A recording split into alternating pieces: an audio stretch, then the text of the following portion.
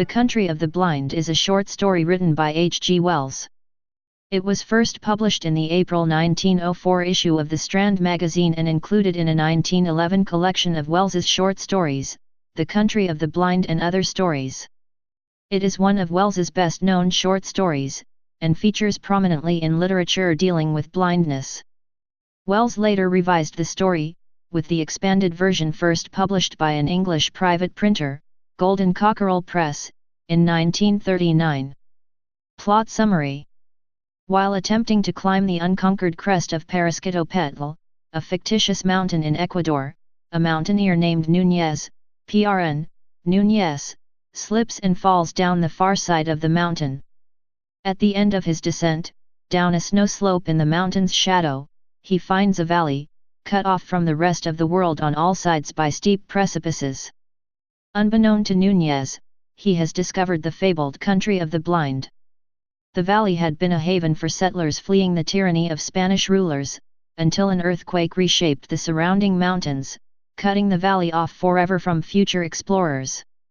The isolated community prospered over the years, despite a disease that struck them early on, rendering all newborns blind.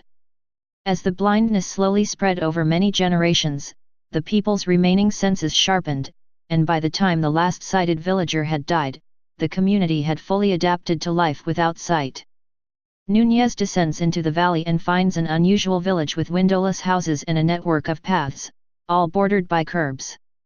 Upon discovering that everyone is blind, Núñez begins reciting to himself the refrain, "In the country of the blind, the one-eyed man is king." He realizes that he can teach and rule them, but the villagers have no concept of sight, and do not understand his attempts to explain this fifth sense to them. Frustrated, Núñez becomes angry, but the villagers calm him, and he reluctantly submits to their way of life, because returning to the outside world seems impossible.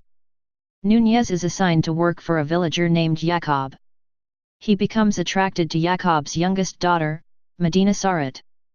Núñez and Medina Sarat soon fall in love with one another, and having won her confidence, Núñez slowly starts trying to explain sight to her. Medina Sarat, however, simply dismisses it as his imagination. When Núñez asks for her hand in marriage, he is turned down by the village elders on account of his unstable obsession with sight. The village doctor suggests that Núñez's eyes be removed, claiming that they are diseased and are affecting his brain. Núñez reluctantly consents to the operation because of his love for Medina Sarat. However, at sunrise on the day of the operation, while all the villagers are asleep, Núñez, the failed king of the blind, sets off for the mountains, without provisions or equipment, hoping to find a passage to the outside world, and escape the valley. In the original story, Núñez climbs high into the surrounding mountains until night falls, and he rests, weak with cuts and bruises, but happy that he has escaped the valley. His fate is not revealed. In the revised and expanded 1939 version of the story, Núñez sees from a distance that there is about to be a rock slide. He attempts to warn the villagers, but again they scoff at his imagined sight. He flees the valley during the slide, taking Medina Sarat with him. Characters: Núñez, a mountaineer from Bogotá, Colombia. Jacob, Núñez's master. Medina Sarat, the youngest daughter of Jacob. Adaptations. Several radio adaptations of the story have been produced.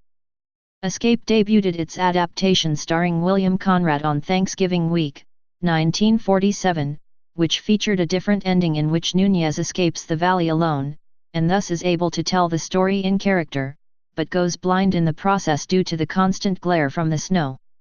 Another episode of Escape aired June 20, 1948, starring Paul Frees. In 1954, 1957, and 1959 the CBS radio series Suspense rebroadcast this version.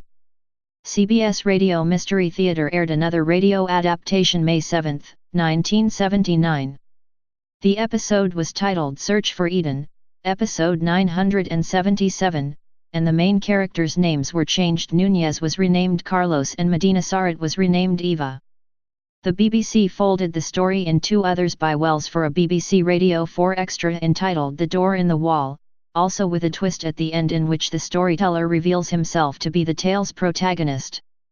A teleplay written by Frank Gabrielson was produced in 1962 for the TV series The DuPont Show of the Week. The title of the hour-long episode was The Richest Man in Bogotá, and it aired on June 17, 1962. It starred Lee Marvin as Wanda Nunez, and Miriam Colin as Marina, not Medina Sarat, as in the original story. The Russian studio Soyuzmultfilm made a wordless 19-minute animated film adaptation in 1995 called Land of Blind. The composer Mark Anthony Turnage wrote a chamber opera based on the story, completed in 1997. A stage production was written by Frank Higgins and Mark Evans. The only production to date has been in the Coterie Theater in Kansas City, Missouri in 2006. Please subscribe and thanks for watching.